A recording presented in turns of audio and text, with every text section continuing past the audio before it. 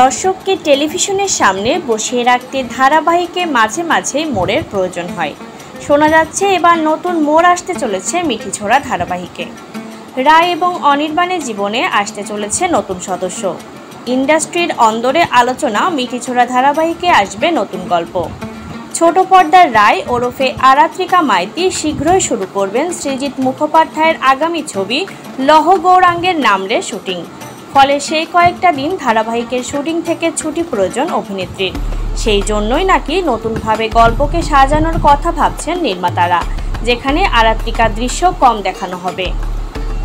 শোনা যাচ্ছে তাই নতুন চরিত্রের আগমন হতে চলেছে মিঠিছোড়া ধারাবাহিকে। অনির্বাণের কোনো এক পুরনো বান্ধবীর গল্প নাকি দেখা যাবে ধারাবাহিকের এই নতুন মোড়ে।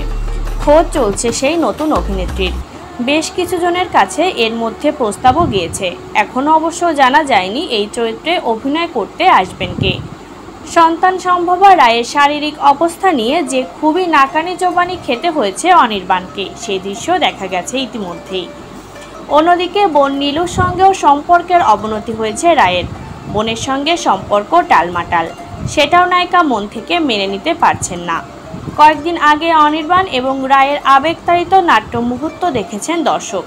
এরই মধ্যে নতুন কাহিনী বুনতে শুরু করেছেন পরিচালক। এই নতুন কাহিনীতে দেখা যাবে নতুন মুখ। শোনা যাচ্ছে আরও এক নতুন নায়িকাকে নাকি দর্শক দেখবেন এই ধারাবাহিকে, যদিও এরকম আগেও হয়েছে। নায়ক নায়িকা বাস্তবে হয়তো অসুস্থ হয়ে পড়েছেন বা কিছুদিনের জন্য হয়তো ঘুরতে গেছেন, কিংবা ব্যক্তিগত কারণে কয়েকদিনে ছুটি নিয়েছেন।